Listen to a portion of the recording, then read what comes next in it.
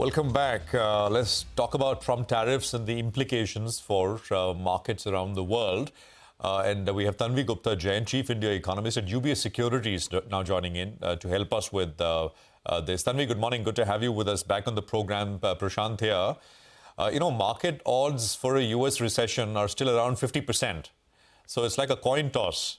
What is your global team at? Where is your global team at in terms of assessing the risks? And what then are implications for EMs and specifically India? Thanks, Prashant. Thank you for having me on the show. So clearly, I think the global uncertainties have increased manyfold since President Trump has announced substantial widespread tariff, including India. So we are seeing 50 to 100 basis point downside on our global GDP growth forecast. Specifically coming to US alone, if I look at the forecast for US, our US economics team has downgraded its GDP growth projections from 1.6%, this is quarter four on quarter four, to 0.4% for 2025. If I look at in terms of annual GDP numbers, our US team is now projecting the real GDP growth to slow from 2.8% in 2024 on year-on-year basis to 1.5% in 2025 and further to 0.8% in 2026. So we are still seeing a substantial slowdown, not a recession yet. If I look at China, which is one of the most important countries when I'm looking at EM and definitely for its impact on the emerging market economies, including India, we did lower China's GDP growth forecast to 3.4% today morning for 2025. So clearly, I would say that we are seeing substantial widespread tariff, and this is going to have a substantial impact on the global GDP growth. So when I come back and look at where is India, I think the economic impact will depend on whether these tariffs, how long these tariffs are put in place and whether they are reduced through negotiations. So I would say there are a lot of margins of adjustment that matter, including retaliation, which we are seeing for countries including China, the margin and the FX adjustment and the elasticities of demand. For India, we did reduce our growth forecast for FY26 to 6%. We were earlier at 6.3%, and our 6.3% forecast were already building in 25 to 30 basis point downside of the tariff hike, which we were already pricing in. So clearly, we would say that the substantial impact of the global tariff is definitely being seen in a much slower growth in India. And not only that, I would say within EM, I would say India looks like will be one of the least impacted countries just because we are a more closed economy and a less open economy, but we are not immune. Okay. Tanvee, so hi, thank you for joining in. Great to have you on the program. So, the range has been around 30 to 60 basis points of an impact on India, and you were outlining some of your estimates as well.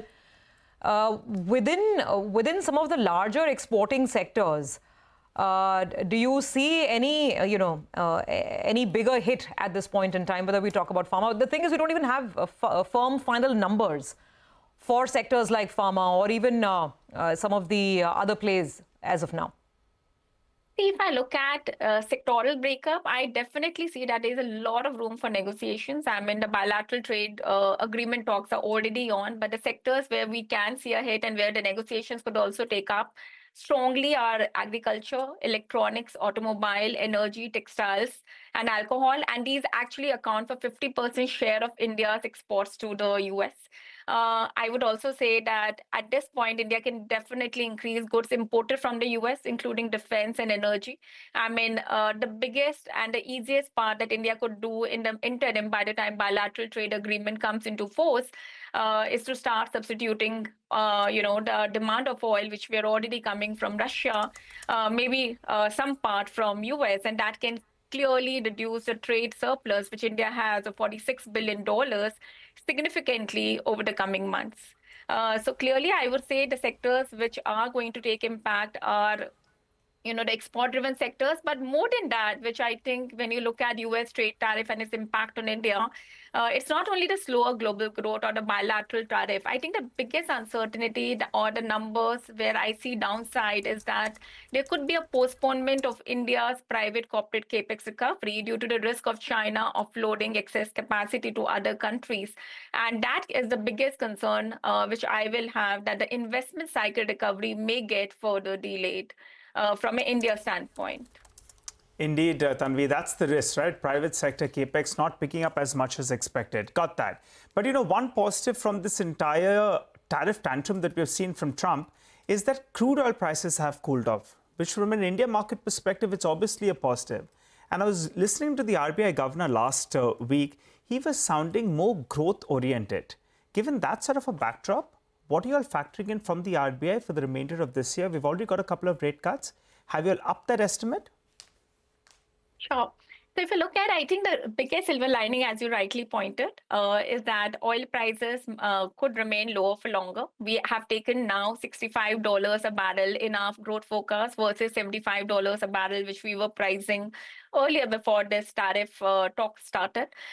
Clearly, India is still importing 87% of the oil requirement. So any lower global oil prices definitely bodes well for our economic growth prospects. And that is marginally is an offset when I look at my 6% GDP growth numbers. So the downside could have been much larger, but there is an offset because of lower global oil prices. We definitely think that there is additional policy support needed to sustain domestic growth momentum. And looking at that, the fiscal space is quite limited, and the government already came out with a fiscal consolidation rate part. But I think where we could see some kind of fiscal buffer helping to sustain domestic growth is lowering of retail prices of gasoline and diesel in case lower global oil prices sustain.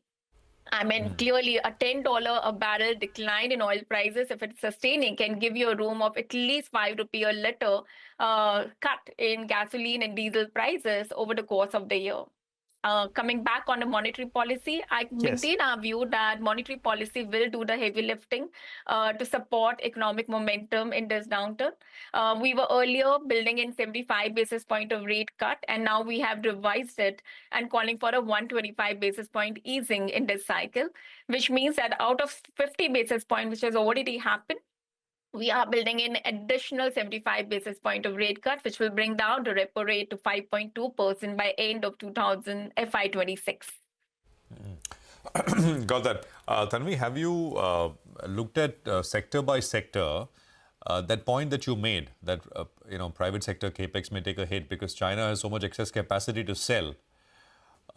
Because of that, which sectors could be at risk, and you think we will need to enact, like we've done in steel, anti-dumping sort of measures for a variety of sectors? Do we largely have that protection? What's your sense? Okay, so first of all, when I look at the sectors, definitely I would expect some safeguard duties by the government to protect the domestic industries. But I think in a globalized world, it is very difficult to control beyond a point. So even though safeguard duties can be put in place to ensure that excess dumping could be avoided, but in the end of the day, if there is so much elevated global uncertainty and if there is a private corporate player, they will think twice before investing. So clearly, I mean, safeguard duties can help a bit, but whether it can substantially change a private corporate capex incentive to invest, I think I've found it very difficult. In this entire mayhem, I think the sector that should do well when I look at India's growth from a broad macro perspective and looking at consumption, investment, and exports, I seriously think that the household consumption could remain largely supportive.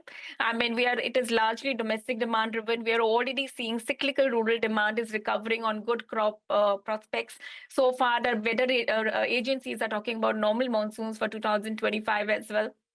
Urban demand, at least the lead indicators are showing some stabilization, largely on softening inflation and prospective rate cuts. So I would say, so I think if the investment is going to see more postponement, and we do see that the goods export could take a meaningful hit due to slower global growth, the sector of the economy that should held up is basically and largely household consumption, which is a significant portion of India's overall economic growth. Okay, all right. Thank you very much for that, Tanvee. Thanks for weighing in and giving us some sense of the implication that these US tariffs could mean for India. So that's the view coming in from UBS.